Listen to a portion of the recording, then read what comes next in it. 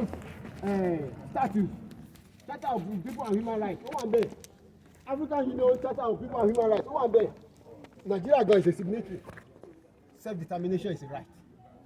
Aláàṣemọ́ ṣé wọ́n bí sọ́rin mẹ́ja ni àṣemọ́ ṣùgbọ́n ìyẹn ọ̀rọ̀ ọjọ́ mi ní ayọ̀ làwa ṣe ní ìgbà tí àwa celebrate láàrin ara wa ni àwa tún sọ àwa tún fi kún ọ̀rọ̀ Yorùbá pé ìṣọ̀kan lóṣòdìdì òṣùṣọ́ wọ̀nyẹn la lè fi délẹ̀ lérí ìyà tó ń jẹ wá ti pọ̀ jù nínú Nàìjíríà yìí ṣé ẹ rí i pé ọmọ wa wà lórí oyè ń sìn ìjà lájà débẹ̀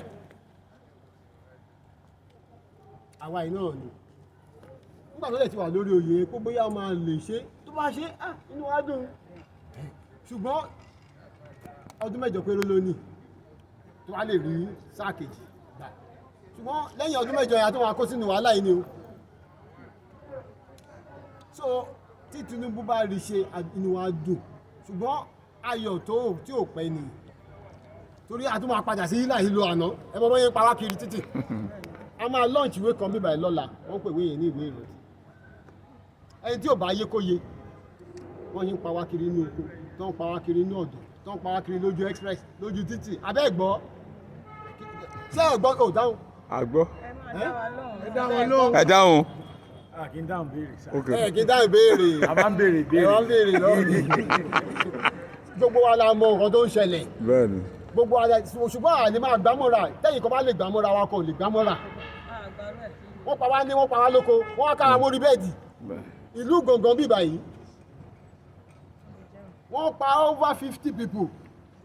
ṣé flower ṣé orúkọ ni wọ́n ní ọ̀wọ̀ ẹ̀wọ̀ àwọn èèyàn ọ̀wọ̀ náà ti wá. bẹ́ẹ̀ni. wọ́n church náà wà ó wọ́n wọlé tí wọ́n church wọ́n dẹ̀ pa ọgbọ́ wa àwọn èèyàn wa.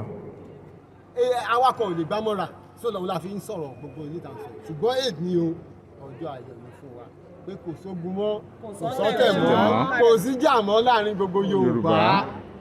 ẹ ṣeun bàbá ṣùgbọ́n kó tó di pé ẹgbẹ́ ìlú béèrè pé ọ̀rọ̀ Yorùbá nation ariwo ẹ̀ pọ̀ ọdún kan ọdún méjì sẹ́yìn àsìkò tá a wáyé àgbọ̀n kan pa ẹ̀ mọ́ àwọn kan sọ pé ó ti kú kò sí nǹkan tó jẹ́ Yorùbá nation mọ́ ṣé lóòótọ́ ni. filawo lẹ́wọ̀ iná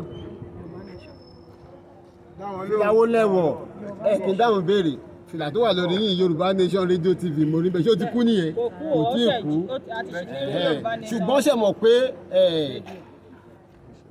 a new era demands a new strategy so new strategy. ní ó papọ̀ gbogbo àlàyé tẹ̀ ti ṣe fún wa láti àwọn ẹ̀ ń sọ̀rọ̀ ìṣọ̀kan ẹ̀ ń sọ̀rọ̀ Yorùbá nation kí ni ibi tí ẹ dúró lé gan ṣé ẹ sì ní ìgbàgbọ́ nínú ìṣọ̀kan orílẹ̀-èdè Nàìjíríà àbí ẹ ní ìgbàgbọ́ wípé Yorùbá yóò ṣe dáadáa láìsí Nàìjíríà. mo ti sọ fún yín lẹ́ẹ̀kan mi ò nígbàgbọ́ nínú Nàìjíríà mo fọmọ́lẹ̀ pàtó ni mi ò nígbàgbọ́ nínú Nàìjíríà ṣùgbọ́n mo wá wà ń bẹ̀yìn sí tó bá ṣe dáadáa àpàtẹ́wọ́ ṣùgbọ́n ọdún mẹ́jọ ló ní lẹ́yìn ọdún mẹ́jọ yẹn àtúpadà sí ilà ìlú pátápátá là fọ́jú kùnà là jẹ́jẹ́ ojú àfọ́fọ́ tán ìjà ní dálẹ̀. gẹ́gẹ́ bí ẹ fẹ́ kó ṣẹkẹṣẹkẹ sí mi lọ́wọ́ àtìlẹ́sẹ̀ kò ṣeé ṣe Ọpẹ́ Olúwa George Akínọlá ni architect Ọpẹ́ Olúwa George Akínọlá. Àwa ni alákòóso àti alákòójọ ẹgbẹ́ ìdáǹdè àwa dẹ̀ ni former secretary general ìlànà ọmọ Oòduà gbogbo ẹgbẹ́ tẹ bá ti rí Yorùbá self-determination movement thumbprint wa wà ń bẹ̀ OPC thumbprint wa wà ń bẹ̀ OLM thumbprint wa wà ń bẹ̀ Unicom thumbprint wa wà ń bẹ̀ Council of Yoruba Elders thumbprint wa wà ń bẹ̀. ẹ má dẹ̀ gbàgbé láti lọ́ọ́ máa tún sí Yorùbá rédíò nítorí pé a ti ní Yorùbá rédíò a ní ti wọ́n ní ti Haúsá wọ́n ní ti Ìgbò kí ló wá ṣe àwa Yorùbá náà tí a ò lè ní títí wa àwa náà ti ní Yorùbá rédíò kẹ́ ẹ máa túnú sí Yorùbá rédíò. ìṣẹ̀lẹ̀ lè yí commercial ẹ̀kọ́ ní láti ṣe sódà ní sọ́kúrò ṣé mo fi tó wá ti wà publicize táwọn ọ̀rọ̀ tí wọ́n fi pẹ́ sí we have to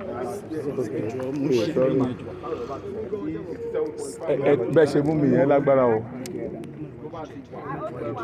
we have to learn to see ourselves because after